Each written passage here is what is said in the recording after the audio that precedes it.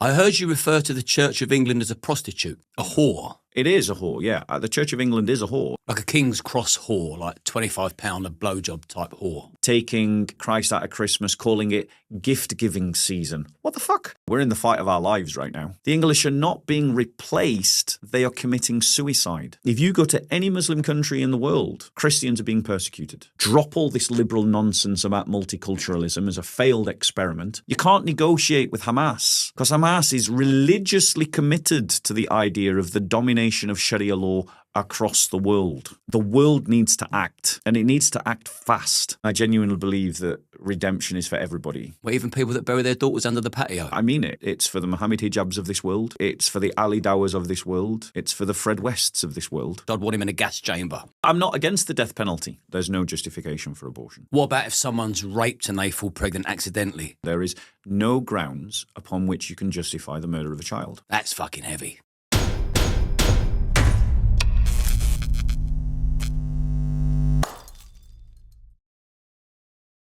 For the last year, I've been working with Ryan from 𝐬𝐮𝐬𝐫𝐸, and now they're sponsoring our channel so we can keep bringing you these conversations. 𝐬𝐮𝐬𝐫𝐸 are the #1 mentoring program that teaches you e-commerce step by step where no previous experience is necessary. Whilst working with 𝐬𝐮𝐬𝐫𝐸, I've seen life-changing money be made and community members free up more time to spend with their families. A successful business is not built overnight, and you would need to put in the work before reaping the rewards. The more you put in, the more you get out. The community are full of like-minded people, all striving for success and all willing to help each other. 𝐬𝐮𝐬𝐫𝐸 offer one-on-one training, online courses and group seminars so you get all the support you need to succeed. If you're looking for a new opportunity, get in touch with Ryan via Instagram at @RyanJB and he'll take you through all the steps to building your own successful business. Bob. Liam. Merry Christmas. Merry Christmas to you. Good to see you. It's good to be back. Yeah, I love it when you come back. I always enjoy it. So. And I hope people are settled in nicely. Well, the premiere is Christmas Day, and this will obviously be playing throughout the gap between Christmas Day and New Year's Eve, New Year's Day, and I hope people get a lot of value from this one. Let's start with a Christmas story. We'll start with a reading from Isaiah chapter 9, verse 6. When we first came, I think we looked at Psalm 72 maybe, or Psalm 70, and you use that as our launching point to the Christmas story. So now we're going to look at another prophecy, and this was hundreds of years, like the Psalm was 1,000 years before Christ. This was hundreds of years before Christ. And it says in Isaiah chapter 9, verse 6, "For a child will be born to us, a son will be given to us, and the government will rest on his shoulders, and his name will be called Wonderful Counselor, Mighty God, Eternal Father, Prince of Peace. There will be no end to the increase of his government or of peace on the throne of David and over his kingdom, to establish it and to uphold it with justice and righteousness, from then on and forevermore. The zeal of the Lord of hosts will accomplish this." And this is a prophecy about Jesus Christ. In all of history, no other human being apart from Jesus is given these titles. And for 2,000 years, he has been acclaimed with these titles. And this was said of Jesus hundreds of years before he was born. And all of these titles and accolades are given to him. When Christ was born in Bethlehem, it was inaugurating, like we said the last Christmas special, it was inaugurating the chance to make the world new. And Christ's birth in Bethlehem is the beginning of this transformative power, this transformative energy that begins to change the world. And these titles that he's received, it says, I'll just go through it briefly. It says, "For a child will be born to us, a son will be given to us." And so this son is Jesus Christ, the son of Mary, but he's also the son of the Eternal Father. And he's given to us as the basis upon which life can be recast, that life can be remade. And then it goes on, and the government will rest on his shoulders. Now, this Christ has been the foundation stone of Western civilization, Eastern civilizations, Armenia, Ethiopia. He's been the touchstone by which entire civilizations have been built. And if you remember from the last time that we met for a Christmas special, I pointed out to you that you had incorporated or embodied Christian values in your own life, like the fact that you wouldn't allow people to be bullied, and I said that that's something that you've inherited from your Christian origins. We're going to unpack that further down the line. Right, fair enough.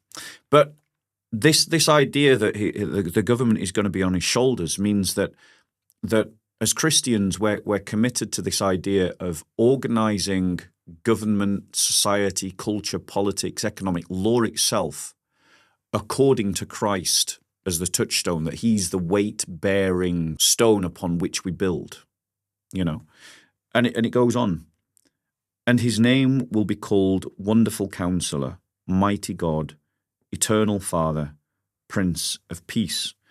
These titles that he has as Wonderful Counselor, if you look at the wisdom of Jesus' teachings that you find in the Sermon on the Mount, just to highlight one thing, at the heart of Christ's teachings, the thing that he identifies as the source of all of our problems, or the ingredient that is fundamental to all of our problems, is that there's just a lack of one important resource, which is love. Mm.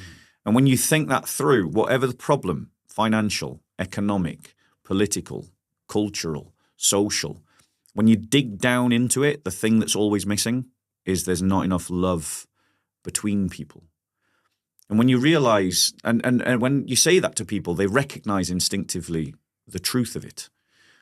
And then they recognize the wisdom of it. And it's a wondrous thought to hold, that the thing that is lacking in our lives is that love of God, is that love that we share between one another. Let me interject. Yeah, go on. Because I was having a conversation with somebody a little while ago, and the word love got brought up. Mm. And I can't remember which of the two of us said, how do you define love? Yeah. But how do you define love? What is love? I know it's a strong, overbearing feeling of care, consideration. You can confuse lust with love, but it's certainly it's such a powerful entity that it's consuming, and it can feel like a drug. It's such a force. But how would you define love? I would define love in the same way that Jesus did. Jesus said, there is no greater love than this, than he who lays down his life for his friends. And the love is this idea that you sacrifice yourself for the betterment or for the well-being of others, that you put other people first and you work for their good. And that's how a Christian defines love. It's not a feeling. It's not an adjective. It's a verb. It's an action. It's what we do. It's when you wake up in a morning and you go and make that coffee for your wife or for your partner. It's when you go out at 6 a.m. in the morning to work a hard shift at a factory because you know that you're earning the money to pay the bills for your little kids. It's the idea of jumping on that grenade to make sure that your platoon doesn't get killed by the bomb. Love is that action where, without self-regard, you offer yourself in action for the betterment and the improvement of others. And that's the thing that's missing. That's the bit that's missing in so much of the problems of our society, is that actually it's so much about me, about what I can get out of this, how I can make my life better, how I can use you to get to that end over there that I'm interested in, rather than actually saying to myself, no, you are the end that I'm interested in, and I will use other things to make your life better. So love is the action you take that's inspired by the feeling. Yeah, attachments, sentiments, affections, are often described in the romance model as being love. And we Christians are not against attachments, and we're not against sentiment, and we're not against, affection. But we wouldn't say that these things are love in and of themselves. But when they express themselves in, say, a kiss or a hug, or a hand on the back, a consoling moment of some kind, that's love, and so you can see why those feelings get called love, because they often lead to an action. Like when a man makes love to his wife, he does so because he loves her, and it's the act, a display of. Yeah, the thing about affections is that they're temporary. Obviously, as any married couple will be able to tell you, there are days that you wake up, you look at your partner and you go, I don't want to be around you. It's like, oh, why are you in my bed?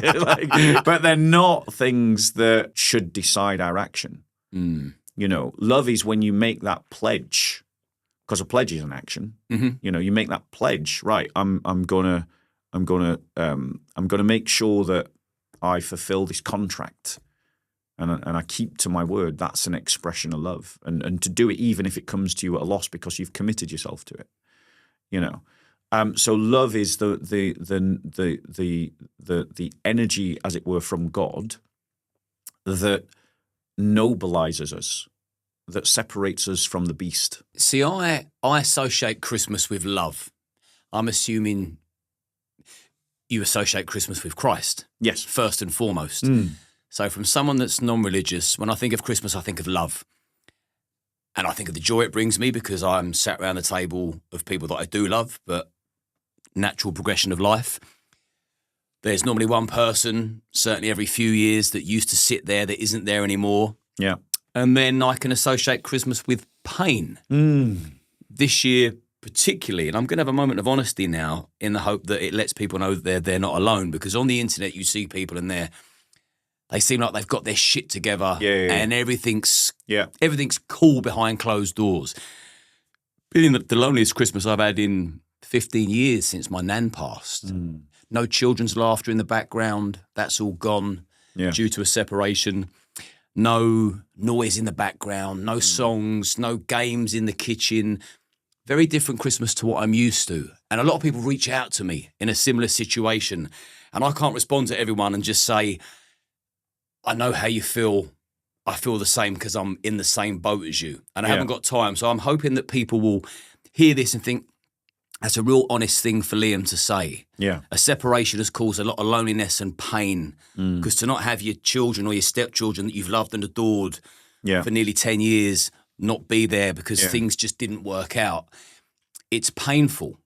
And so anyone that's sitting at home alone, chances are maybe around this time, I may even be sat home alone because I won't stay in the place where I'm going to eat with my family, because there'll come a time where I'm going to want to be alone because I don't want to put a dampener on the mood. Yeah. But it's going to be a day of reflection, memories, maybe some regret, maybe some remorse, maybe some fond memories. I don't really know how I'm going to feel because it's such a roller coaster. It's a bereavement when you lose people. Yeah.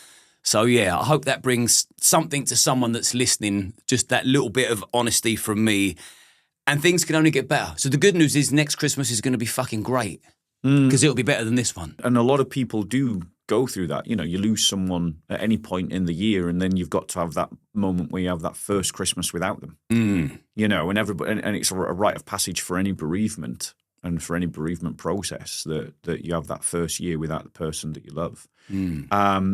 And for other families, there's a lot of stress involved because, they get wrapped up in, you're bringing people together that haven't really talked to one another or hung out with one another for a year, and then you stick them all in the same house, and there's frictions because they haven't been talking for the 6 months prior to Christmas.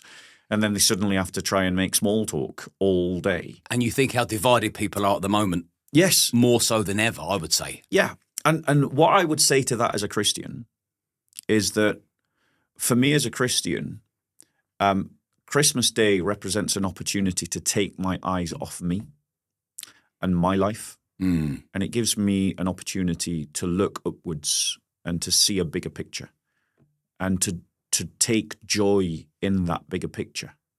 The fact that Christ was born is the thing that gives us the joy of Christmas. I mean, if we are committed to that belief, then it is the birth of Christ that gives us joy, not whether we get to see our families, not whether we, have lost someone, because obviously, that's not going to bring you joy, is it? But it's the birth of Christ that is the source of our joy. That's what we're celebrating. And that means we can celebrate it independent of our circumstances, which isn't to say that your circumstances might suck. I'm not denying that. But Christmas Day actually offers you the opportunity, as it were, to just for a day or for a moment at least, to put down that sadness, to look up and to draw joy in a bigger story. And if you have that belief, you're able to do that. That's nice.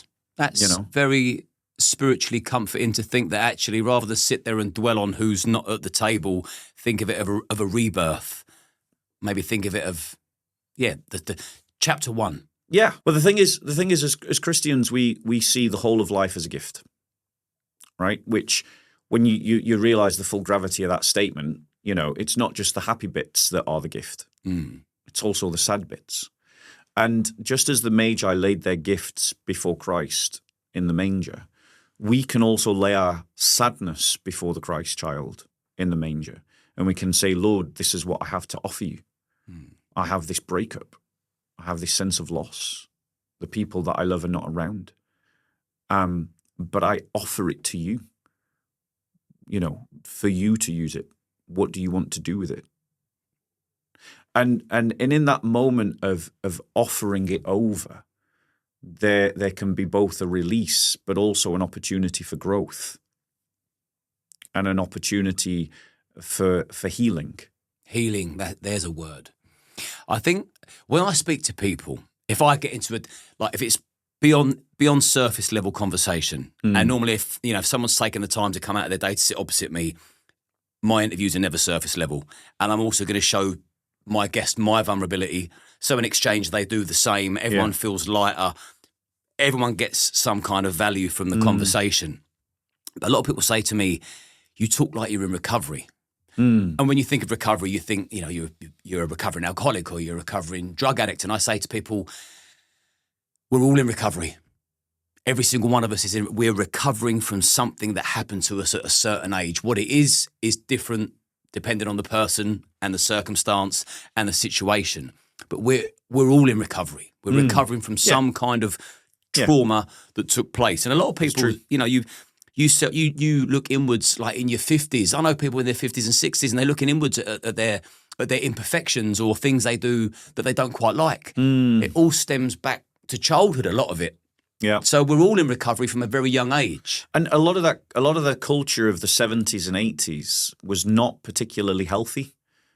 And there's a whole generation of people out there that have gone through life without doing metanoia, without doing repentance, without changing their mind. And they've just stalwartly, stubbornly plowed through life, even when the gears have started to grind together. And then they reach a point in their life where everything locks up and the whole thing breaks down.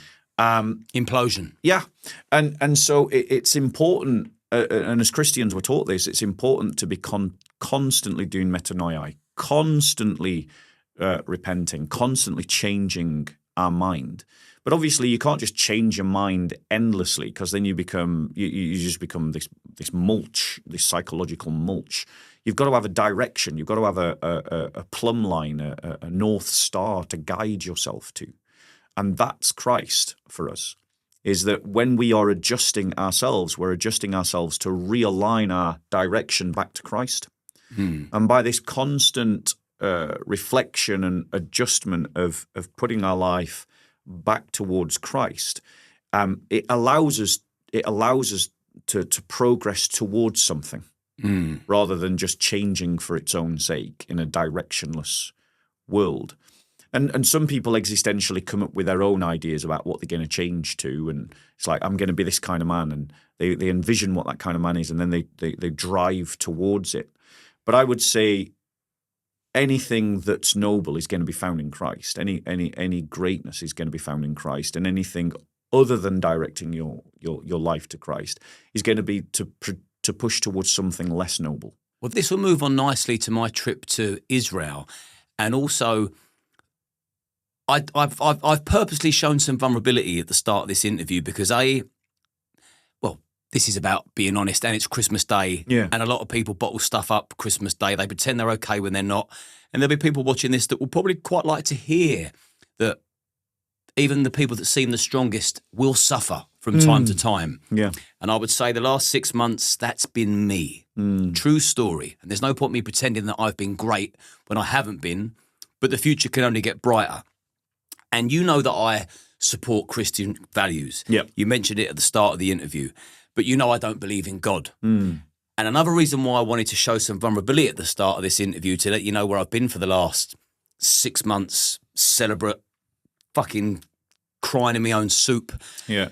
If there was going to be a time that I would have found God, it would have been 2025. I even went to Israel. It's funny. You get the fucking numbskulls on X. They think that I'm now funded by the Jews, and I went out to Israel with some kind of agenda. Yeah. I had an opportunity to go there, and I went there to do some soul searching. I went round Jerusalem, and I thought if there's going to be a sign shown to me, it's going to be now. Yeah, I'm as vulnerable as I've been in a very, very long time. I've lost everything that I've loved and fought for and thought I was going to be with forever. Yeah, I'm kind of at that moment in my life where a lot of people tell me when they found God that this was happening, and I've never heard someone say I was on top of the world, like. And all of a sudden, I felt it's normally like there's normally trauma involved. Yeah. So if I was going to find God, I think it would have been this year. I haven't found him, but I support Christian values just as much as I did this time last year. And I said to you, then I committed. I said I'm going to get behind the church because I want Christianity to rise in Britain. Because if not Christianity, then who? And the alternative is ugly. And the 10 Commandments are beautiful, and the roadmap of the New Testament of Christianity is powerful, and it gives people guidance, because I know there's a lot of people lost. You know, I'm someone that's got my shit together and I've lost track. I've lost my path. So I can only imagine how people with no support network that are completely lonely would feel. Yeah. So I'm all for it. So the question is, because I got a bit of backlash for being pro-Christianity but not a Christian. Yeah. People, I can't remember some of the words people used. Not that I gave too much of a fuck, but just interested in what you would think of me getting behind Christianity because I admire the values and the principles of the religion. Yeah. But I don't believe in God, and I don't think I ever will. If I was going to find God, it would have been this year, because I've been very, very sad. Yeah. Just to understand, I just want to make sure I understand the question. The question is, what do I feel about the people giving you backlash because you're getting behind Christianity but not a Christian? Is that no, the question? More is, do you think it's hypocritical that I support Christianity but I'm not a Christian? No. Simplify it. No, to simplify it, the term hypocrite comes from the Greek Hippocrates, which refers to a mask that actors in Greek theatre used to wear to represent one persona over another. And so the idea of being a hypocrite is the idea of having two faces, because depending on because Greek theatre is not like how we think of theatre. It just used to be one guy, maybe even two, standing there with masks, and they'd play one character with one mask, and then they'd swap to another character with another mask. And so they would be two-faced. And so hypocrite means to be two-faced. You're not being two-faced. You're being honest. You're being truthful about where you're at and about what you're doing and why you're doing it. That's not a hypocrite. And I would say to these, and I'm pretty sure not all of them are Christian, to be fair, but I would say to some of these kind of puritanical Christians, if there are amongst them of your critics, is that, what would they prefer? Like, would they prefer you to be against the faith? Like, would they prefer you to be in favor of Islam or ethno-nationalism or communism or like, what exactly are they wanting you to do instead? I see people like you as allies. You know, I'm not under any illusion. You're not under any illusion that you're a Christian. I'm not pretending that you're a Christian. I think that it is an opportunity for Christians to in two ways. One, in the sense of, you know, we're in the fight of our lives right now in the West. And we need to be willing to build alliances to win that fight. And so if people are willing to get behind the Christian cause, then great, that strengthens our cause. But then if so long as you're getting behind what we stand for rather than the other way around. Which is? It's like this idea of not being unevenly yoked with the unbeliever. And that's an image from the Old Testament where you had an ox and a donkey pulling a yoke that ploughed a field. The ox is stronger than the donkey, so the plough ends up it doesn't go straight. Right. It goes in a diagonal. And so this idea within Christianity that we can work with non-Christians so long as they are supporting our agenda. And they're good people. Yes. Yeah. I mean, look, good. Everyone's got issues. Like I'm not so fussed about this good thing. Like everybody's a sinner as far as I'm concerned. You wouldn't accept Fred West as an ally, for example? It depends. Is Fred West reformed? Has he repented? Has he done his time? I'm not sure you can reform from where he went. But do you see my point? Ian, I genuinely believe that redemption is for everybody. Well, even people that bury their daughters under the patio. Even for people that bury their daughters under the patio. There's no bottom. There's no bottom to God's mercy. But that means that they repent. I'm not saying an unrepented Fred West could get involved because he'd be a danger to the public. He needs to be in prison. But a repented Fred West, like a genuinely repented, i.e., someone who's grieving and mourning his sin. Someone who looks at his former self and goes, I hate that man that killed my daughter. And I'll just put it on the table.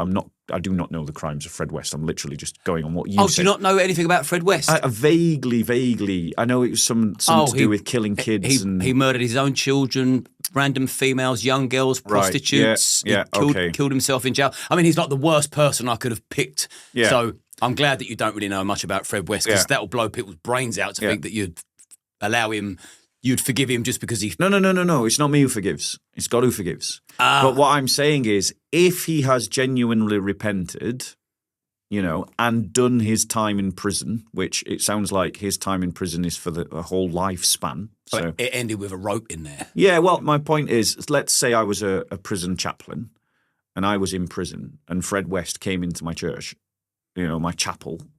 I wouldn't turn around to him and said, you can't come in here. This place is not for you. I would say this is exactly the place where you should be because you're someone who needs healing of the wound of sin, and the wound of sin that you've done is hell-worthy sin. But the point is, this belief that I have in redemption is for everybody. I mean it. It's for the Mohammed Hijabs of this world. It's for the Ali Dawahs of this world. It's for the Fred Wests of this world. It is for the Liam Tuffs of this world. And thanks be to the grace of God. Don't you fucking rope me in with them. No. Wait, let me finish the sentence. And by the grace of God, it's for the Bob of Speaker's Corners of this world. There are different levels of sin. It's not that all sin is the same. I don't believe that. Right? Fred West is diabolical. Hitler is satanic. Stalin, satanic. But we've all sinned in our own way. Some of us much further have missed the mark than others. I'm not saying that all sin is the same. I'm not saying that all sin needs to be dealt with in the same way, but sin is a reality in all of our lives. See, this is why I would never make a proper... This is why I could never be fully religious, because I wouldn't want Fred West in a church. I'd want him in a gas chamber. Well, I'm not against the death penalty.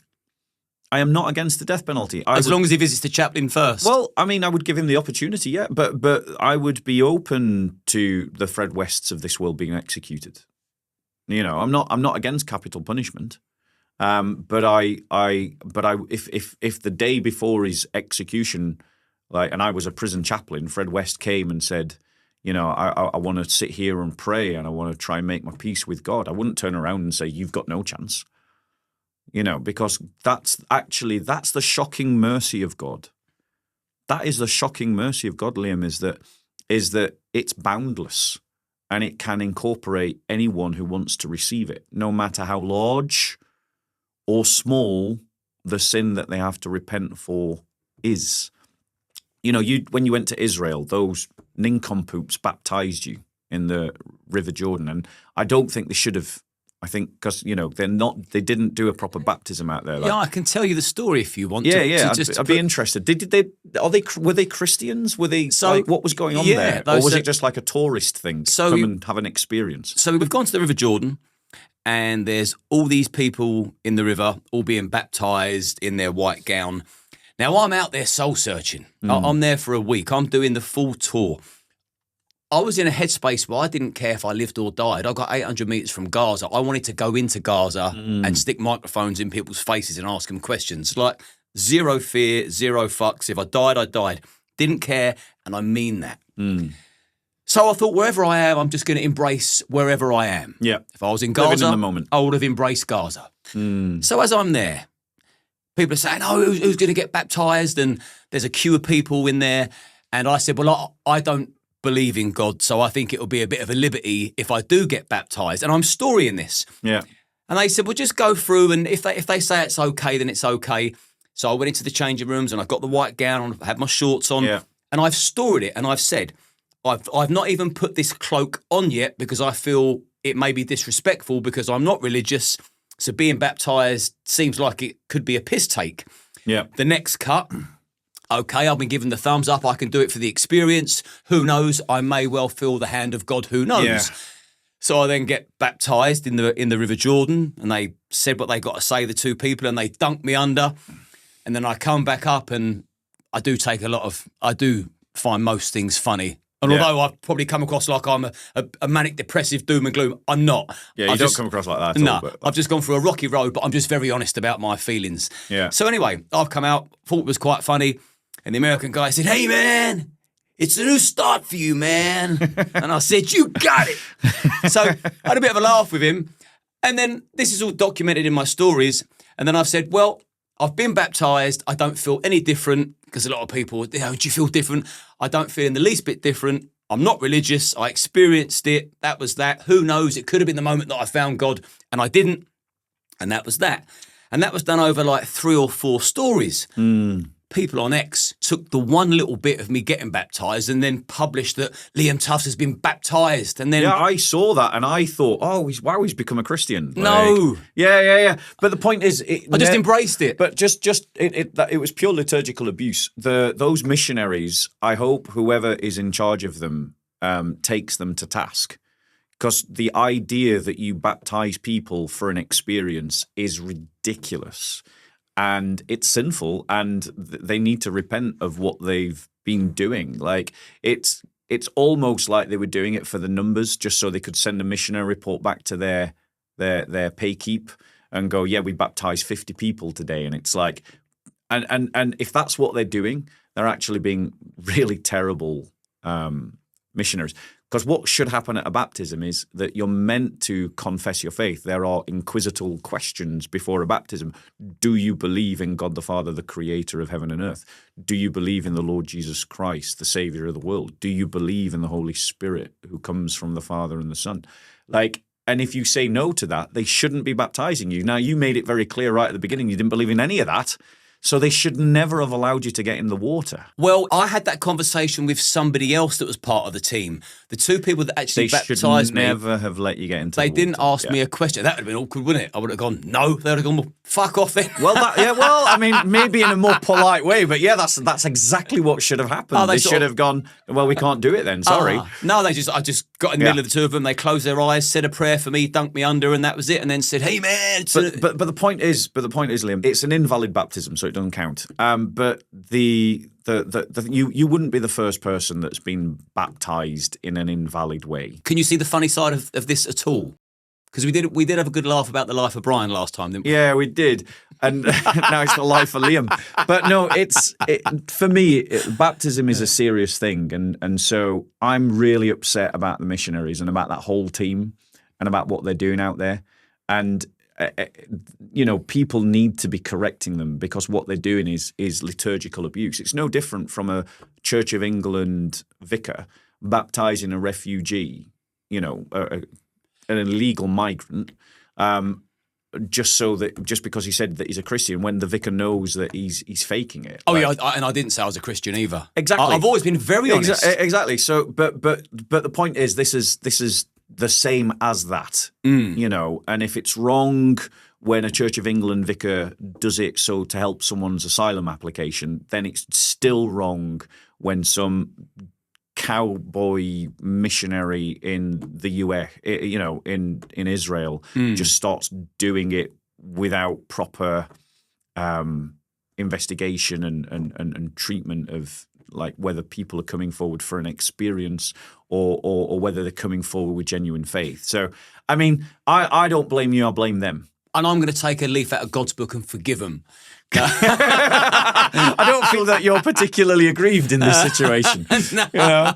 I see the funny side in everything. Even my own grief. I'll watch this back soon. I'll be sitting at home eating cheese and biscuits on me. I hope one day, were you baptised as a kid? I was christened. Right, because that's your baptism, Liam. I was christened as a child, yeah. What all that needs to happen is that, at that moment when God opens up your heart, then you confess your faith as Tommy has, that Christ is Lord, and then that baptism that you had as a child is your baptism. It counts. It's just a confirmation of faith is all that you require. Yeah, my mum got me christened. I think that was just the thing to do back then, wasn't it? It was, but it still counts.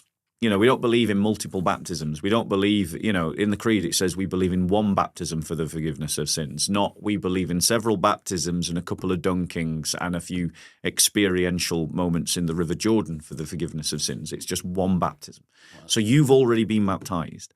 All that is required is when you're ready to commit yourself to Christ as King, then you make that public declaration of faith, and that is your confirmation of faith. I want to come to the King down the line, but first of all, you mentioned the Church of England. I heard you refer to the Church of England as a prostitute. Yeah, she is. Elaborate on that. So the Church of England was set up by Henry VIII for the sole purpose of legitimising his rule whilst he did unchristian things. And that is exactly what the Church of England did. And from that day forward, the Church of England has always been the prostitute of the English state and the English elites. Now, when those English elites were themselves Christians, that wasn't terrible. It wasn't great, but it wasn't terrible because the people that the Church of England was prostituting itself were themselves Christian. Now, fast forward from Henry VIII's day to our day, the Church of England is still getting on its back and being ploughed by the English establishment every night. But now it's doing it for non-Christian elites, which means that the Church of England is pushing non-Christian agendas into the public and dressing it up as Christianity. So when the Church of England pushes gay marriage, trans ideology, extreme forms of environmentalism, open door policies, despite the fact that it criticised the Tommy Robinson Christmas Carol as co-opting Christian language and symbols to push right-wing politics, they've been pushing progressive liberal politics in their sermons for decades. And the Church of England is doing that because it is it's unfaithful. It's a fruitless branch of the tree. Or a fruitless branch, vine of the tree. And if it doesn't repent and if it doesn't recommit itself to an authentic Christianity, it will just be pruned off like the Quakers were pruned off, and it will lose its Christian identity, which it is doing at an increasingly rapid pace. So would you consider the Church of England a weak, woke prostitute? It's its service to the British elites that has made it a prostitute. A whore. It is a whore, yeah. The Church of England is a whore. It sacrifices faithfulness to Jesus. Like a King's Cross whore, like £25 a blowjob type whore. Something like that, yeah, basically. It sacrifices faithfulness to Jesus for the reputation of being the established church. At every turn, when the Church of England had to make a choice between remaining a large institution across the country or shrinking as an institution and being faithful to Jesus, it always chose the institution itself over Jesus. And the way that it did that is to keep in with the elites, it had to keep pace with what the elites wanted to do. So the Church of England surrendered on the idea of Sunday Sabbath laws. The Church of England surrendered on divorce laws. The Church of England surrendered on abortion laws, contraception laws, homosexual. It wants to surrender on homosexual marriage. It wants to surrender on trans ideology. It has surrendered on the idea of multiculturalism, a liberal form of multiculturalism. So it has abandoned, and none of these values can be traced back to a Christian doctrine. Because your values always come from your doctrines. Will most Christians be offended that we're referring to the Church of England as a whore, or will most Christians agree? My language is strong. And Christmassy.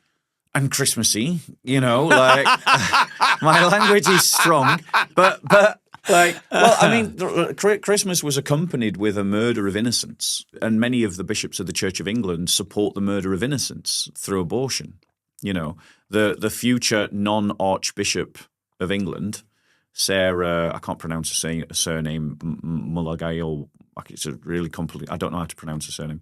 But Sarah, who's going to cosplay as the Archbishop, is someone who says that she's broadly in favour of abortion.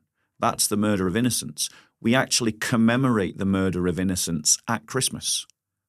We have songs commemorating the murder of innocents at Christmas because at Christmas, the Holy Family had to flee into Egypt to run away from state persecution. And that resulted in a massacre at Bethlehem where the children of Bethlehem were killed as Herod was trying to kill the Christ. With abortion, yeah. Before we go back to the King and also Tommy Robinson's Christmas event, what's a Christian view on, say, two heroin addicts accidentally conceive a baby and it's got no future, no life, and in fact, it'll actually be born a heroin addict? Is there some leeway where you think actually abortion is the best idea here? Life from conception, no exception. So it means there's no justification for abortion. What about if someone's raped and they fall pregnant accidentally? Yeah, there's no justification for abortion. That's fucking heavy. There's no justification for abortion. There is no grounds upon which you can justify the murder of a child. None. The child is not responsible for the heroin addiction that it's about to have from the parents. The child is not responsible for the fact that the father is a rapist. The child is never to blame. So why should the child suffer the consequences of the adult's actions? What should happen in the case of the heroin addict is that the mother be put into 24-hour guard and forced off heroin for the protection of the child. What should happen is that the rapist goes to prison and the mother receives counselling and support and the opportunity to give up the child for adoption and fostering at birth. That's what should happen. The child is never to blame. So why would we punish the child for the actions of adults? It'd be interesting to read the comments section on this bit here. I'm sure that there'll be... Always wins me friends. Yeah. I was going to say... the Fred West comment will lose me friends. You're in deep shit for that. Yeah. Well, it's still the Christian truth, and we've got to say Christian truth regardless of whether it's popular or unpopular. Yeah, what kind of society do we want to live in? Do we want to live in a society that says we're going to sacrifice children for us, for what we want? Particularly amongst a lot of your subscribers and your viewers within the patriotic movement, it is abortion that's killing the English.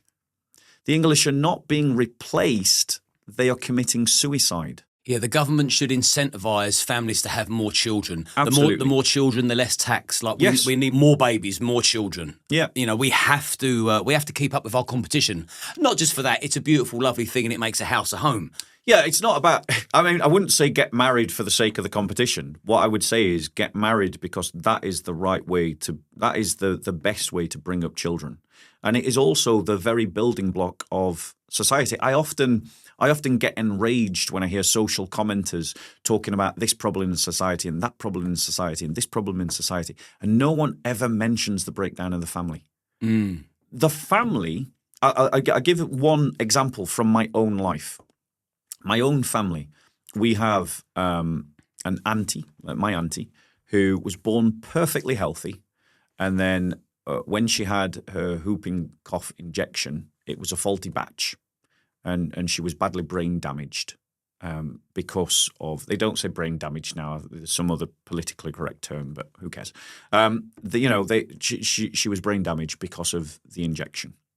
Now, my family, rather than they everyone in my family built their lives around my auntie, right? She became the center of everybody's world, and you're just born into it. It's like the family religion. Like my auntie is the center, and we all organize ourselves to support and to look after her. If you factor how much money we saved the state through caring for my auntie 24 hours a day, 7 days a week, because she can't live independently. She has to be cared for 24 hours a day. And we've saved the state millions of pounds, millions. And that's just one family. One of the reasons why everything in our society is getting worse is because of the breakdown of the family. Bed blockers. Old age pensioners in hospital beds that can't go home because they've got no one to care for them. Yeah. Why have they got no one to care for them? Breakdown of the family. Gangs of youths in East London running around like rabid animals, stabbing one another and pushing, where's their fathers? Where's their mothers? It's the breakdown of the family. The increase in mental health problems. And I have a friend who's a clinical psychologist, and we talked about this, and she agrees with me that one of the reasons why you've got an increase in mental health problems is because of the breakdown of the family. Totally agree. And so, and the Holy Family of the Christmas story shows us that, families can include adopted children, but it also shows us that it's about the mother and the father and the children being a unit. It is the bedrock of how you build a successful and happy society. And our country, because of liberalism and because of classical liberalism, has emphasized individualism over the family for economic reasons. Because if you can break up the family, you create more consumers. And this is where the Church of England presents itself as a prostitute, because the Church of England has gone along with that. The Church of England doesn't defend the family, can't even be bothered to defend children unborn. It doesn't want to even defend the sacrament of marriage as between man and woman. It doesn't, so the Church of England, this is why I say the Church of England is a prostitute, because her first lord is whoever's in charge of the British state. And then Jesus is a second lord who they serve so long as the state doesn't say, don't do this. What about King Charles then? If the Church of England is a prostitute, is King Charles its pimp? No. King Charles is just a badly informed Christian. And again, I think that it's back and maybe family interest has taken precedence within the royal family over faithfulness to Christ. Because countless kings have professed the Christian faith and have gone along with the slide in our society when they could have done more to resist it, even if it might have caused a constitutional crisis. And so it gets to a point where they become culpable themselves by not speaking out more, and so King Charles is someone, and I'm interpreting him charitably. that I think has been badly raised in the Christian faith. He's been badly discipled. Discipleship means you learn what it is to be a Christian, and then you learn how to live it out. And there's been things missing in King Charles' discipleship. Tommy Robinson has just become a Christian. He's going to have to go through a process of discipleship. I'm still going through a process of discipleship. I've still got shit in my own life to work out, and things to change about me. And so it's a never-ending thing. And the thing that drives you forward is that metanoia, that changing of the mind, that repentance. And King Charles has just been badly discipled because he's been raised by a church that is itself fundamentally compromised. Yeah, how the kings have changed. When you think years ago, you'd get the king on the back of a horse, front line, fighting with his people. Could you imagine King Charles doing that? No, of course not. Of course not.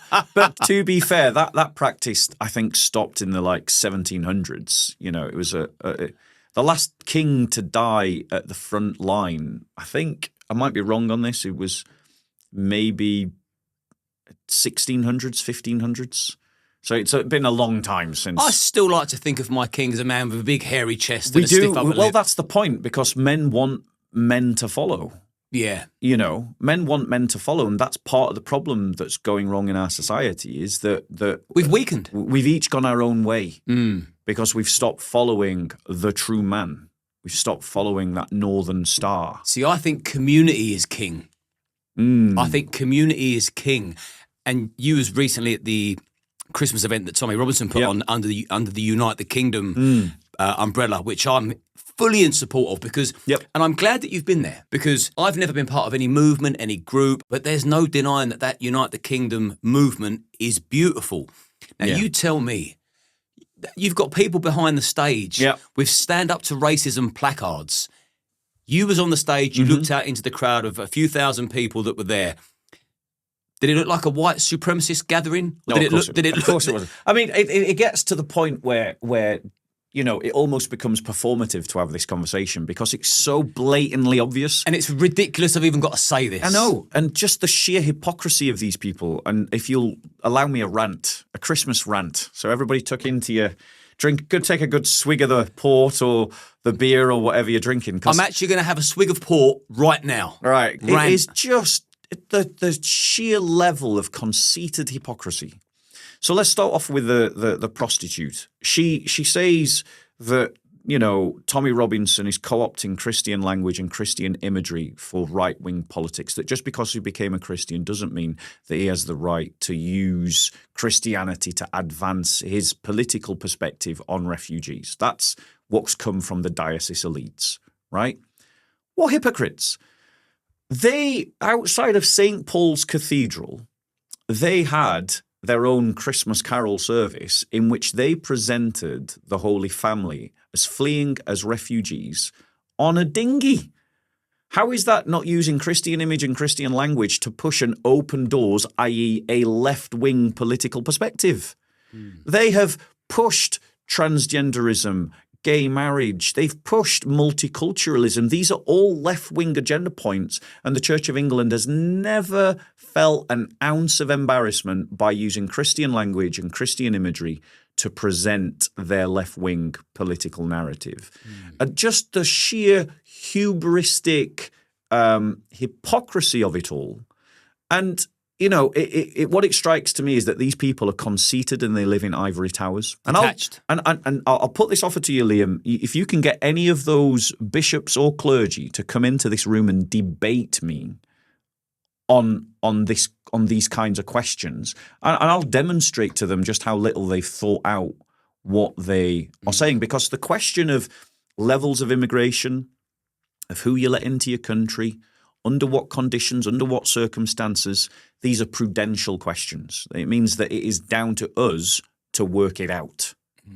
There's nothing in Scripture that supports the idea of open borders. In fact, the Scriptures very clearly do not support the idea of open borders.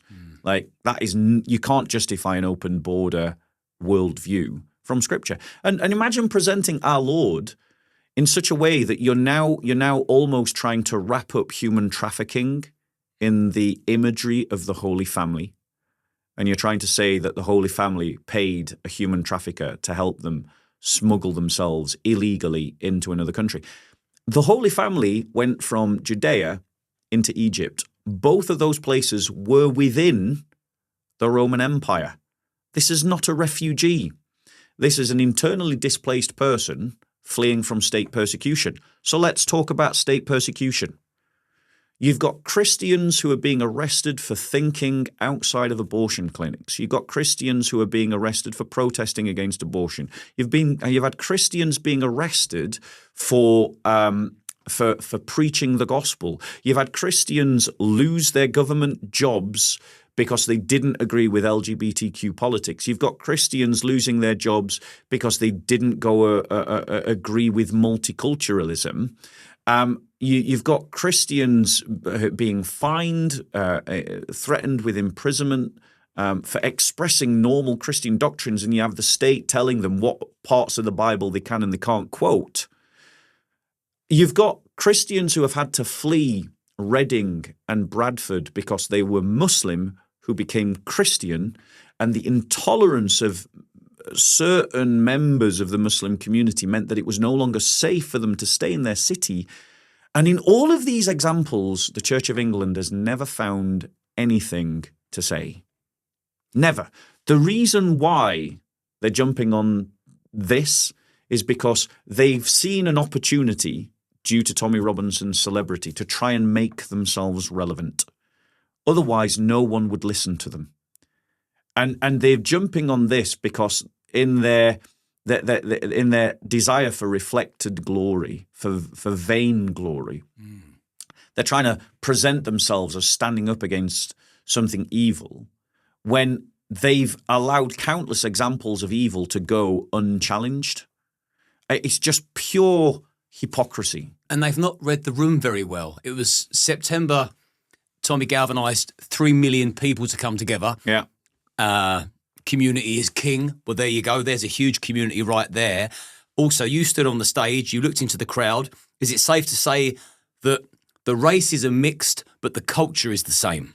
Yes, and that's the point. That is the point. And multiculturalism does not work. Liberal multiculturalism does not work. British culture works as long as it's the top of the spear, and all the other cultures come in and they respectfully remember that they're not top dog, they're second, third, fourth in the pecking order. Well, I mean, I believe. Do you agree with that? I believe in a Christian state. So I'm a Christian nationalist, which is, a term that probably needs some clarification. And I'll clarify that if you want to. But ultimately, I want to talk about Christian nationalism. Yeah. Civnats and ethnats. Yes. How you define them all and your views on them all. And you can just go on another rant now if needs be. Right. So let's another sip of port, sir? Yes. Another sip of port. So let's get into it. So firstly, the spectrum of right-wing politics is not monolithic. You would think that it is if you speak to a Corbynite, Germanista communist, but it isn't. There are theocrats. On the right, there are technocrats. What's theocracy? Right. Someone that wants religion to rule the country. It's the idea that you organise your state according to a religious principle. Okay. Right? So that's me. Yeah, I'm a theocrat. Yeah. Then you've got technocrats, people, like Elon Musk. He thinks technology is going to answer every problem.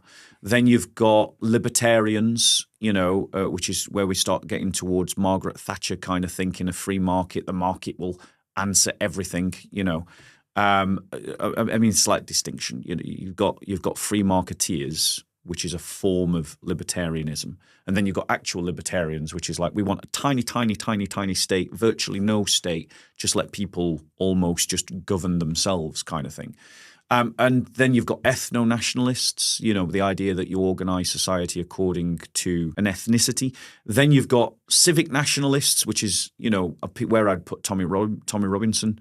I mean, he might disagree with me and he's entitled to, but that's where I see him, is a civic nationalist, which is this idea that you've got this institution called the United Kingdom. It's got its own history. We should be proud of it. We should support it. And we should do our best to build a great civic society that continues the history of that civic society from when it was founded, So that's the first thing. There's the right is not one monolithic block. And then there's different forms of understanding what nationalism is. So you've got ethno-nationalists, which is this idea that the nation is an ethnicity. So there is this nation called the English, and it's the English people who have a common history, live in a common land, speak a common language, have generally similar characteristics and features. And then when you chuck in a bit more extra science in there, they'll even start talking about genomes and things like that, as if Alfred the Great knew anything about genetics. Then you've got civic nationalists, which I've just explained, and then you've got Christian nationalists.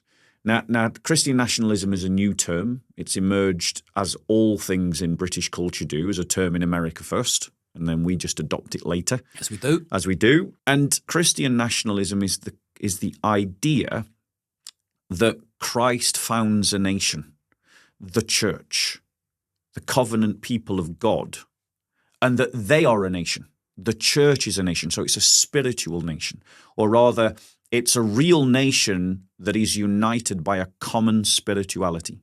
And that's the kind of Christian nationalism that I advocate. And connected to our passage here, it's relevant, because one of the titles that is given to Jesus is Eternal Father. Now, if you listen carefully, I've said multiple times that Jesus is the Son of the Eternal Father. So why is Jesus being called the Eternal Father? It's because he's being called the Eternal Father in the sense that both in the Old Testament and still today, you have this concept of the founding father. Bolivar was the founding father of many Latin American states. George Washington was one of the founding fathers of the United States. King Alfred was the founding father of the English kingdom. Christ is the father of an eternal kingdom. He establishes an eternal kingdom. He establishes an eternal nation. And that is the Christian people, the Christian community. And so I think that the church needs to advocate, and these kinds of nationalisms, and I'm coming into land, these kind of nationalisms, Christian nationalism can have no truck at all with ethno-nationalism because it contradicts the Catholicity of the state. But Christian nationalists and civic nationalists can actually synergize. And the reason for that is if the civic nationalists are willing to agree with Christians that the character and confession of the nation state is Christian, then we can work together. And that's what Tommy Robinson is advocating, those kind of politics. Jordan Peterson is advocating those kind of politics. It's this idea that, the state of Canada, the state of the UK is a Christian country and therefore should be Christian in its institutions. And that's something that a Christian nationalist can completely agree with. And so Christian nationalists and civic nationalists can work together and forge an alliance to the common purpose of creating a Christian Britain. So, for example, in an ideal world, you wouldn't allow a Muslim to become a British MP? Actually, we're world creating now. So we're imagining the success of this project. We've created a Christian country. And if that project was successful, there would be debates like that very question to be had. And my answer, I'd probably find myself on the liberal side of that spectrum. Right. Funnily enough, even though lots of people say you're like some crazy extremist. Actually, if there was a Christian state in place, I'd probably be on the left side of that discussion point, because I would say that so long as the Muslim MP is committed and makes a personal commitment and then demonstrates that in all their actions and words in public office to maintaining the Christian character of the country, because there's a lot that a Muslim could get behind within a Christian worldview, then they could be an MP. But if they were doing something to undermine the Christian character of the country, they would be barred from being an MP. Would you let them be sworn into Parliament on the Quran? Well, I actually don't think that people should have to place their hand on anything. Jesus said, swear not by anything in earth or in heaven. Do not even swear by your own head, because you cannot turn one hair on your head grey. Don't swear by heaven, for that is where the throne of God is, and don't swear by anything on earth, because it's his footstool. So I don't believe that we should swear on anything. So would you remove religious scripture from politics completely? No. I mean, we're talking about what you do with an oath. Yes. When you put your hand on a Bible, what you're saying that you're recognizing the sacredness of this thing, and what you're saying is that by the sacredness of this thing, because it is more important than me, I'm placing my word upon it, and so because I don't want to desecrate it, I swear to tell the whole truth and nothing but the truth, right? I'm saying, as Jesus said, is just be an honest man. And if you're an honest man, you don't need to swear. And so if we find that someone's acting duplicitously, i.e. they've said that they will uphold the Christian character of the nation, but then they start trying to argue to reintroduce cousin marriages, because that would be outlawed in a Christian country. So to give a working example, a Muslim MP in a Christian state would vote against, would oppose cousin marriages. And if they didn't oppose cousin marriages, then they would be barred from being an MP. Right. As a working example of what it means to be a Muslim MP in a Christian country. So they really need to change most of their belief system to qualify as an MP. They would have to be willing at least to privatize their religion in public office. You know, so they could hold in their mind and in their heart that cousin marriages are okay, but they would recognize that they're in a Christian country, and in the Christian country, they don't get to dictate what the law is. And so in a Christian country, they're going to uphold Christian values.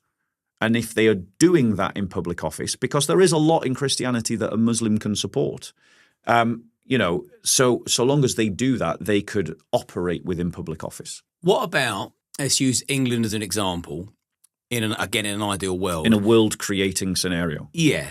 Is there a percentage, like a cap percentage of indigenous Brits that should be stuck to?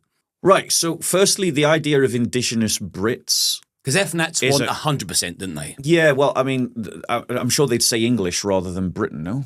Yes. Because Britain is a legal construct. True enough. It's not an ethnic construct. And the whole... I've been having this to do with ethno-nationalists on my Twitter account at the moment, you know, because I find myself now evangelizing ethno-nationalists along with Muslims, and they're equally bad debaters. But their whole narrative is based on a fictitious reading of English history. When Alfred the Great founded the kingdom of, you know, when Alfred the Great launched his crusade against the great heathen army and Dane law, you know, those foreign invaders that were bringing a foreign god and a foreign legal system to these islands, Alfred the Great fought to defend. He didn't fight to defend being English, because that thing didn't exist. He fought to defend Christianity. Alfred the Great and his army understood themselves as having a religious war. And amongst the English already, there were different Saxon groups, but there were also Jutes and Angles. There were the descendants of Celts who had intermarried with the Saxons. So it was already a mixed multitude, as it says in Exodus, you know.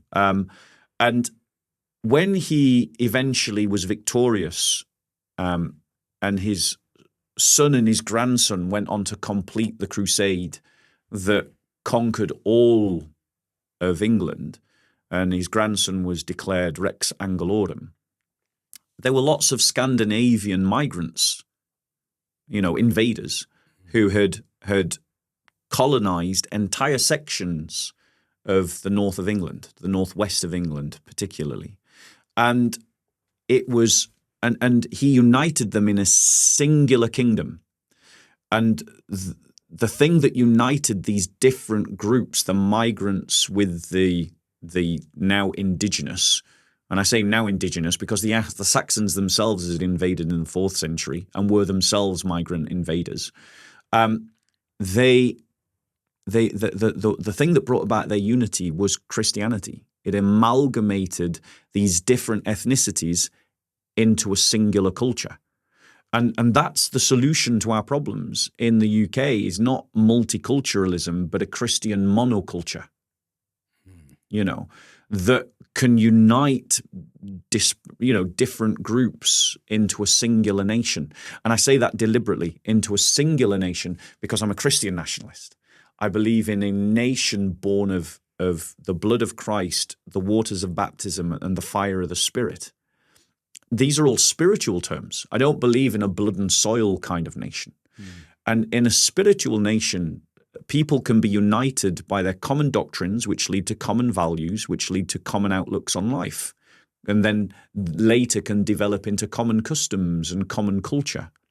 And that's the vision of Britain that we need, so that Christ might be that we might participate in the nation of heaven, under the eternal Father Jesus Christ, the Father of the nation. So principles, attitudes, beliefs, that's your main focal point on bringing people together and how the country should be moving forward. Yeah, and the thing is, within that, the ethno-nationalist, I might have lost a little bit your original question here, and I'm sorry if I've gone off track a bit. But the idea that you've got this pure blood nation, is ridiculous. There's never been a pure blood nation. Like, the people back at the time when the Saxons came over didn't think about genetics. There's always been a mixing of tribes. Like, that's normal. There's nothing wrong with that. Yeah. So to answer your question, do I believe that there's an upper number, right? Well, let's change Brits to English, because then we can have a more sensible conversation, because anyone given a passport can be British, right? Whether they should be given a passport is a different question. But anyone who gets a passport can be British. Yeah, stick with England. But I should have said England. Yeah. So if we're talking about England English, then I would say that the ethno-nats have already stopped being English, because they've already denied their Christian heritage. And that if we are true to that Christian heritage, then other tribes, other nations can be grafted into the English, because the Bible teaches that. When Israelites left Egypt, they left with a mixed multitude. In other words, there were Egyptians and Nubians who came with them, and they became a singular nation, Israel. This is really important, because ethno-nats often talk about the ethno-nation state of Israel. But they forget that Israel was born of a mixed multitude. Moses married an Egyptian. Jesus, in his own ancestry, has non-Jews listed in his own ancestry. So he was not some pure-blood Jew. And in Romans, it teaches that the Gentiles can be grafted onto Israel. So the Bible teaches the idea that you can bring different tribes together and form them into a singular nation, which is what Alfred the Great did. And we need a similar project. We need an Alfred the Great kind of project in England, that we drop all this liberal nonsense about multiculturalism as a failed experiment, and we say, you can stay here, but you have to integrate. And what do you integrate then? To make that insistence, you then have to give people a clear vision of what you're integrating into, and that has to be Christianity. And then we would lean on English Christianity heavily, because that's the history of this country, and that's the history of the expression of Christianity in this country. And we would lean heavily on English Christianity to express what this Christianity looks like for everybody to integrate into. And as a non-Christian, cultural Christian, I wholeheartedly agree. I want to move on to the Christian genocide in Nigeria. You've been speaking about this long before anybody knew it existed. I think the last time we met, you were talking about it in graphic detail. Yeah. I'd like to know the update on that Christian genocide in Nigeria. And also, I always think to myself, if it can happen in that country, it can happen in this country. So what's the update on the genocide in Nigeria, and how can we prevent that ever happening in the UK? I mean, and this is the thing, you see it in microcosm, in the sense that we, in the UK and in Australia and in other places, we have seen people support terrorism abroad. They supported the Hamas invasion of Israel and the massacre of 7th of October. And we've had people celebrating that in the UK. only an absolute buffoon would not realize instantly that if they can support terrorism abroad, they can support terrorism here. And that's exactly what happened with Palestine Action. You know, they sledgehammer some poor police officer. And it's kind of like, well, these are people that supported terrorism abroad. They support terrorism here. We have people here that are obfuscating, denying, and even supporting the genocide in Nigeria. So it doesn't take much logic to realize that those kinds of people would all support similar actions here as well. And we can't pretend it's some tiny minority, because look at how many people have mustered to support Hamas. You know, it's a significant number. It is a minority, but it's a significant minority. And the reality is that since, and I welcome Trump's comments. I welcome the fact that he's brought media attention to it, and that he said he's going to act. And I just want to say, if please someone clip this next statement and get it to Trump. He must act soon. What is the delay? We know it's going on. Tens of thousands of Christians have been butchered. And since his comment, the attacks have intensified.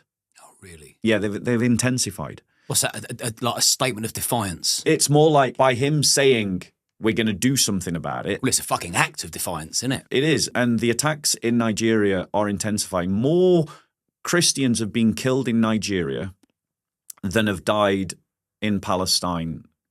From the 7th of October, when Hamas attacked Israel, more Christians have died in Nigeria from that date to this than Palestinians have died in Gaza.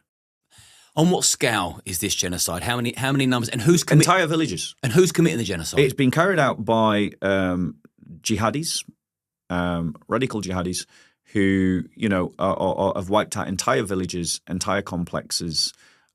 Entire Christian populations have just been butchered. And Islamization and the Islamist ideology have penetrated so much of the Nigerian state that there are state actors. Not every member of the Nigerian establishment is a state actor, but there are state actors who are Islamists who are helping the jihadists on the ground, who are acting against Nigerian law, but they're being helped by members operating within the state to carry out the genocide. And the world needs to act, and it needs to act fast, and it needs to be stopped. And how do we stop it here? We stop it.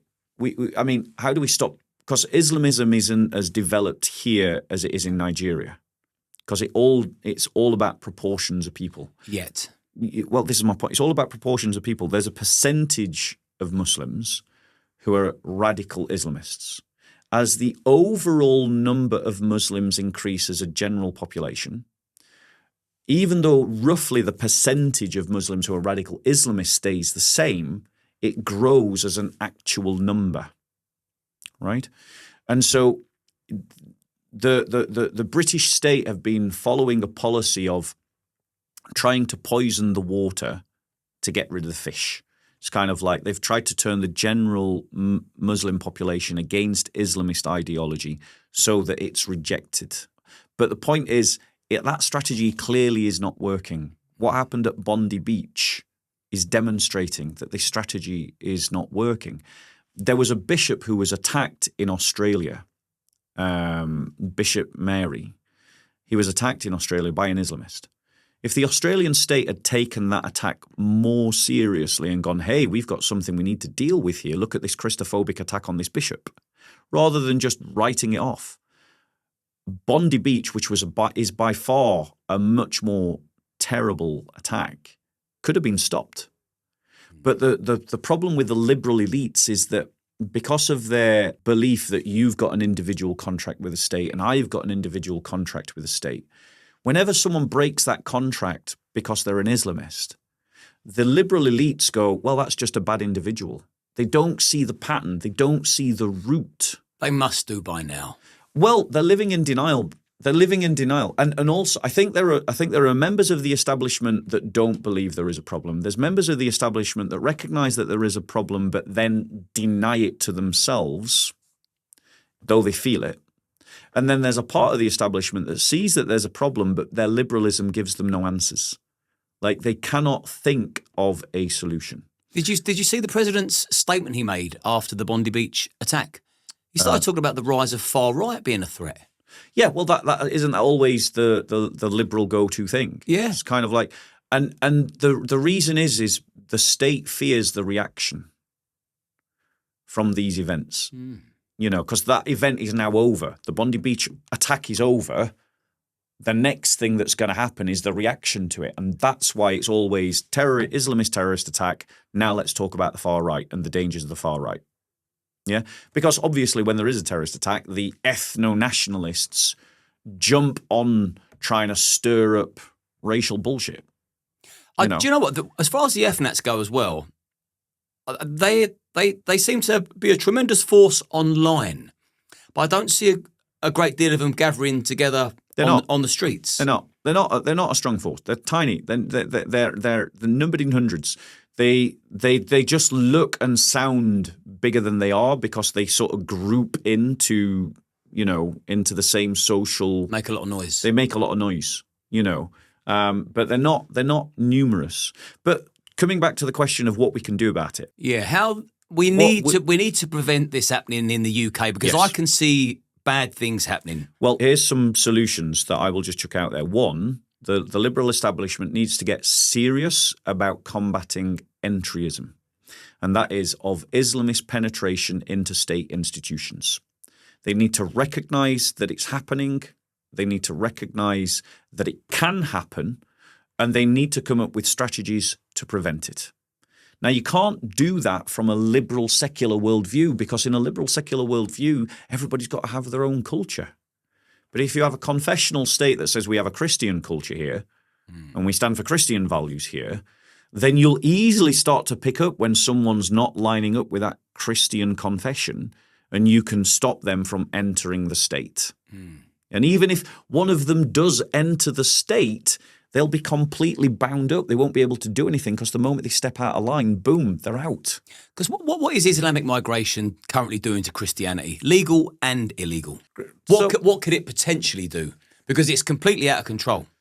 The British state has lost control of the southern border and the EU has lost control of its own borders.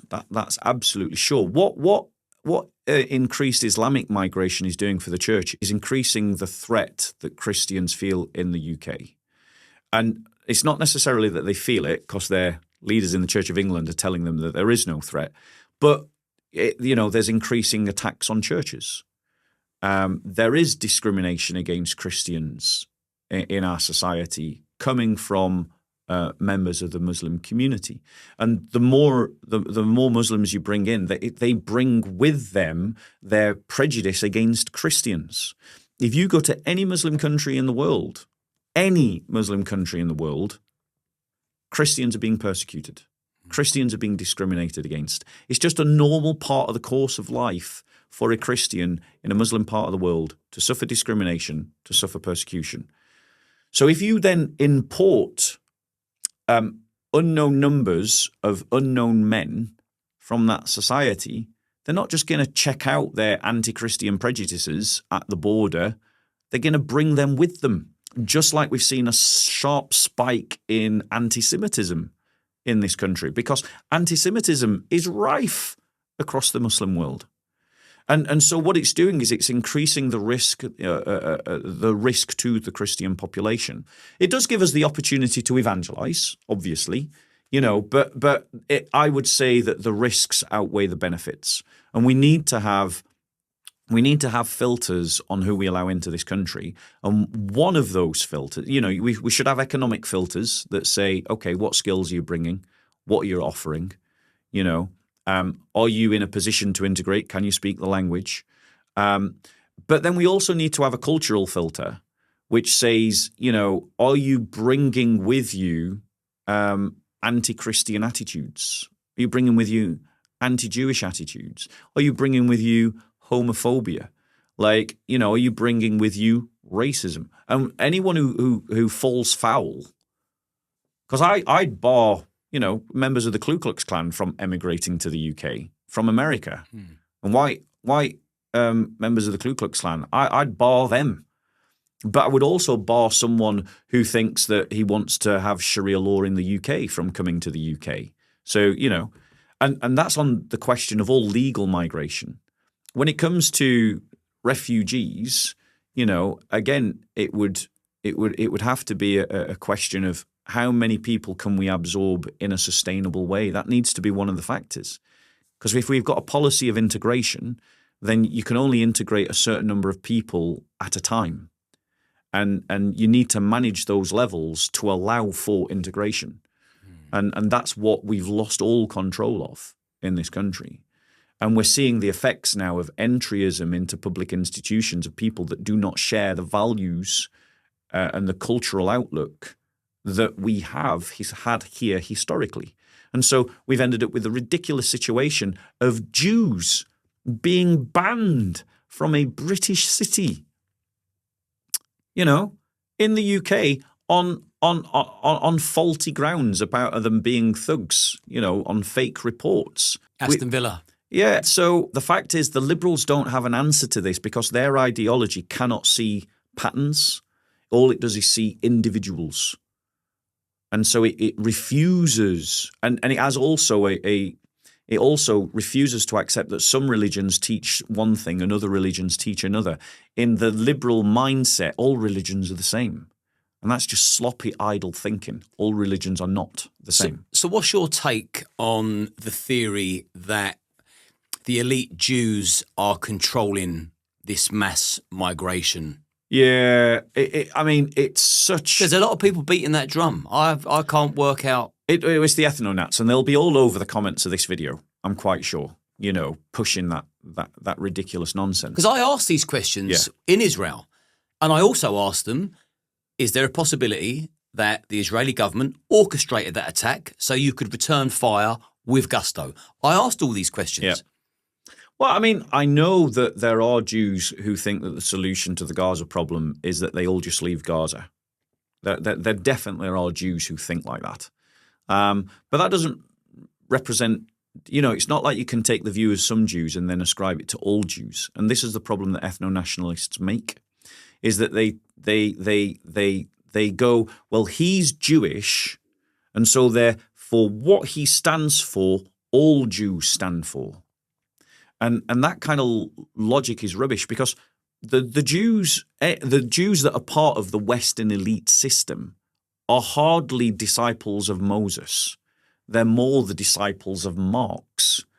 And it's not just, if there are any Jews involved in the Western progressive elites, it's not just that they're just Jews. There's more non-Jews that are advocating for any example of a Jew that's arguing for open borders, you can find 100 non-Jewish white middle-class women arguing for open borders.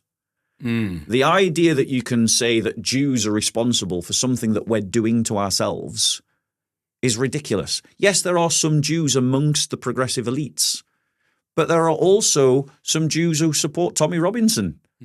There are also some Jews who are going to be voting reform come the next election. The whole Jew theory has become a bit of a ridiculous phenomena. You can't say anything against Hamas without loving the Jews. You can't go to Israel to investigate without loving the Jews. For the record, those Hasidic Jews, I couldn't fucking stand them. I couldn't believe how rude they were. Yeah. There you go. I love the Jews, do I? I couldn't fucking stand them ones. Well, just would look right through you like... If I go somewhere, I'm acutely aware that I'm the guest. Yeah. Wherever I go, so I change the expression on my... And I sort of come across as thankful when I make it clear that I'm a guest here and this is your turf, not mine. But those ones with the funny sideburns would just look right through me as if I wasn't even there, and some would look right through me like I was a piece of shit. So I didn't particularly like... those ones. You're right. For the record. They weren't particularly hospitable. But I don't think they like their other Jews either, do they?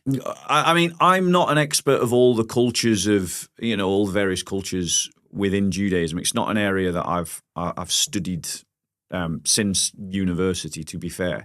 But what I would say is that the ethno-nats who push these binary ideas. Well, because you're against Hamas, therefore you're is it a shill they call it? Yes. A shill for Israel. You're an Israeli shill, and you're getting paid $7,000 to post that. Yeah, exactly. It's such simplistic binary thinking. Why can't there be other options? How about this option? Israel, if it's a problem at all for Christians in the Middle East, it's a regional problem. Hamas is a movement that's going to be a problem if it succeeds for Christians everywhere around the world. So Hamas is a bigger problem, a more pertinent threat to deal with. How about this? Israel, if it is a problem for Christians in the Middle East, it is only a problem for Christians in the Middle East because they think that it is to the benefit and security of the state of Israel to be said problem. So we change the dials so that Israel in its calculus goes, actually, it's in the best interests of Israel's security for us to be an ally of all Christians in the Middle East. The thing is, you can negotiate with Israel. You can't negotiate with Hamas because Hamas is religiously committed to the idea of the domination of Sharia law across the world. Israel, as a nation state, just cares about its guaranteeing its own security and its borders, which means that you can lean on Israel and go, actually, for you to continue to receive American support, you need to be an ally of all Christians in the Middle East. And like that, Israel would become an ally of all Christians in the Middle East. It will be a bit of a conundrum for the conspiracy theorists to accuse you of being funded by the Jews. Being the most prominent I wish they'd Christian give me a in the pay country. rise. I feel a bit underfunded. Let's go back to Christmas. Okay. Compare a secular Christmas with a Christ-focused Christmas. So, the thing about the Christ-focused Christmas is that it doesn't depend upon the food on the table. It doesn't depend on the Christmas gifts under the Christmas tree. It doesn't depend on who you get to share it with. It is the celebration in our own heart and in our own soul that 2,000 years ago, Christ, the Savior, was born. And that is something that we can do no matter what our circumstances are. There may be other things that detract, that take a bit of the glow out of that joy, but a Christ-centered Christmas is one that upholds Christ and lifts up Christ, that takes our gaze off our world and looks up to Jesus and celebrates the fact that he was born on earth. Gaudete, gaudete, Christus ex Maria Virgine. Christus natus ex Maria Virgine. Celebrate Christ is born of Mary. And that is, and it is something that we can celebrate in, and it is something that we uphold, and it's something that we lift up, and it's something that we declare. So it's above our everyday circumstance. Whereas a secular Christmas is all about the turkey and the presents and the people and the fluff of Christmas. These things can add to the joy of a Christ-centered Christmas, no doubt. But if the presents are, if the presents are a problem, or the meal is a problem, or even your guests are a problem, your Christmas could be ruined. But a Christian's Christmas could never be ruined, because our joy is not found in these fluff. It's found in just remembering what happened in Bethlehem, and just reenacting the story, retelling the story, taking joy in the story, taking hope in the story of what happened 2,000 years ago. Whereas the fluffy secular Christmas is a commercial Christmas. And that's why Tommy Robinson's carol service was needed, because we are living in a society that's disinherited from its Christianity.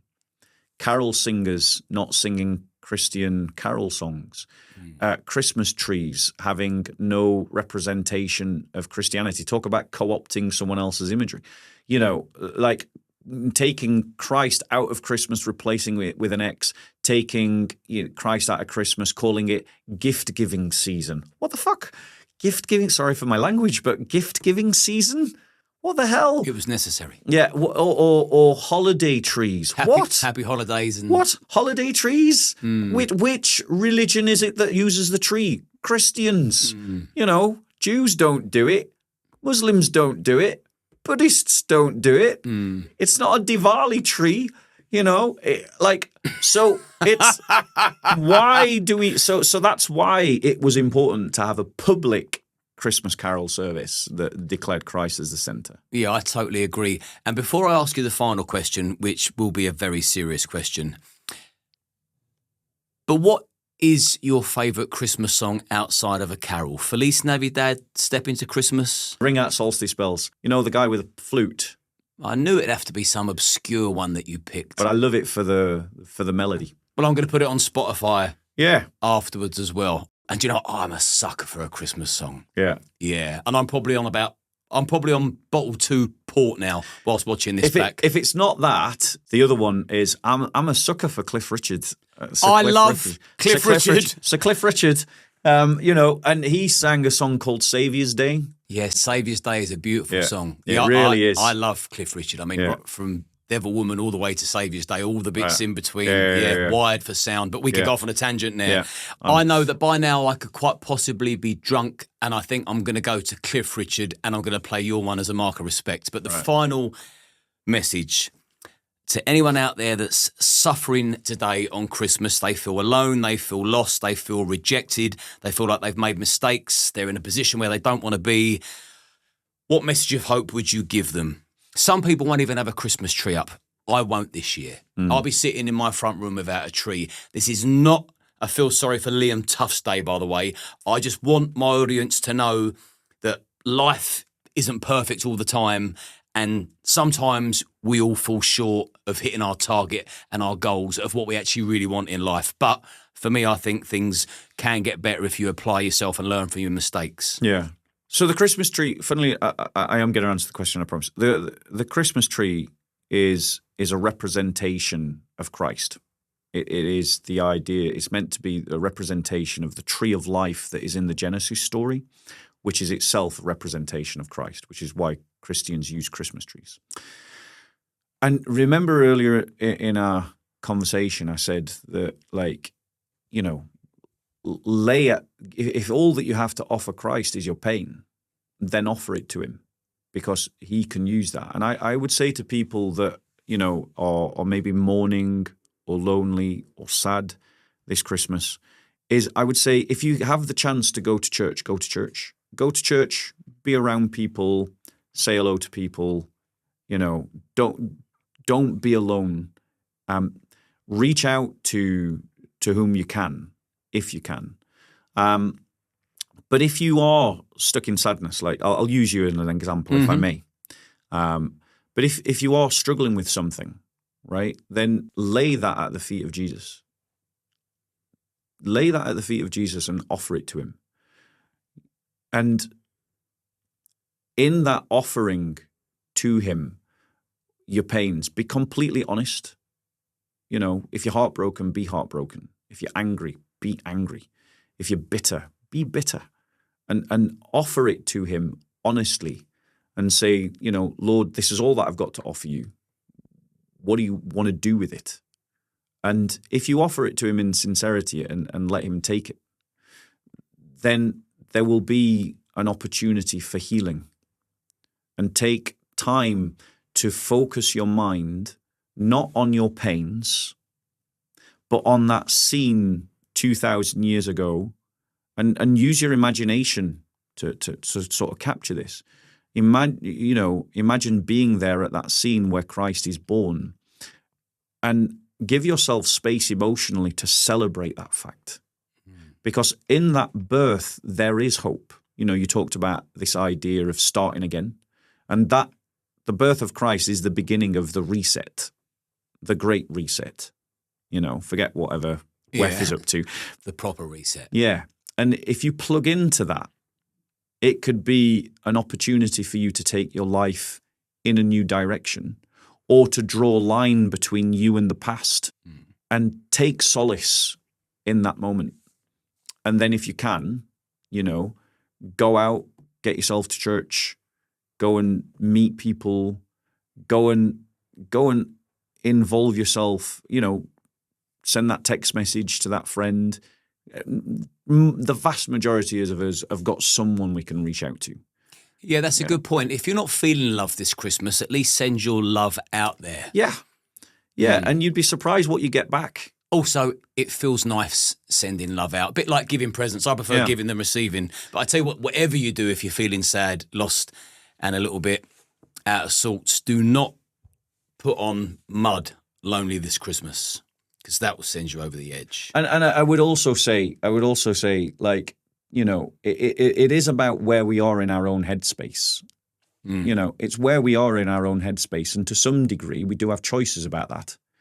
And you can give yourself a rest by focusing on something else. Cliff Richard. Well, I would say don't focus on the fluff. Focus on the source of the joy. Mm-hmm. You know, I've had difficult Christmases, you know, when my mum died. There's been tragedies in my life. Take a moment to remember the people that you've lost.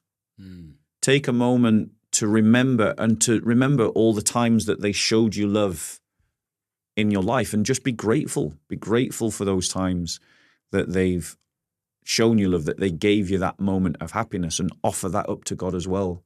I did this meditation once, actually, you know, where I just remembered all the times that people had shown me love in my life. And I just spent a whole train journey just reflecting and remembering people's kindnesses and people's loving sacrifices. And by the end of the train journey, I came out really sort of filled up, spiritually fed. Yeah, I'll get it. You know, and I would say to you, like, and I say this to you, is, you know, I know you've had a painful separation, but look back over the course of that relationship, remember all those good times, and then thank God for them. Cool, I don't know about that. Well, I just offer it to you. And maybe in thanking God for those times, the good times, those times when you felt loved, those times when you felt valued, those times when you felt appreciated, that can then move you forward to a point where you could actually say a prayer to bless that person, you know, even though they're a source of pain, or forgive that person, even though they might have done you wrong. I think forgiveness is key. It really is. I think let go of the resentment. If something's chewing you up, you've got to stop chewing. Yeah. Like, let it go. Yeah. It sounds hippie-like, but your imagination is a vehicle by which you can change the way you think. And on that note, I hope people have got some value and some strength. This wasn't meant to be a depressing podcast. It was more of a... I enjoyed it. I thoroughly enjoyed it. It's like, it's real. People have ups and downs and they have wobbles. There's light at the end of the tunnel. If you're one of them people suffering in silence or struggling, or you didn't get to see your kids this year, or you've split up with your family that you loved and you adored, and you're sitting there thinking, how can things improve? I mean, let's use 𝐷𝐸↑, for example. If you're my age, things can only get better, and they will as soon as you start taking one step in front of the other. And maybe you need to find something to believe in that's bigger than you. And Bob, I love you, brother. It's been great. I love you too. Merry Christmas. Merry Christmas. And I'll see you for our St. George's special. Yes, St. George's special. Looking forward to it. You'll love that. There's a thumbnail here somewhere. Give it a click, have a watch, and play Cliff Richard. Good health and Merry Christmas. Merry Christmas.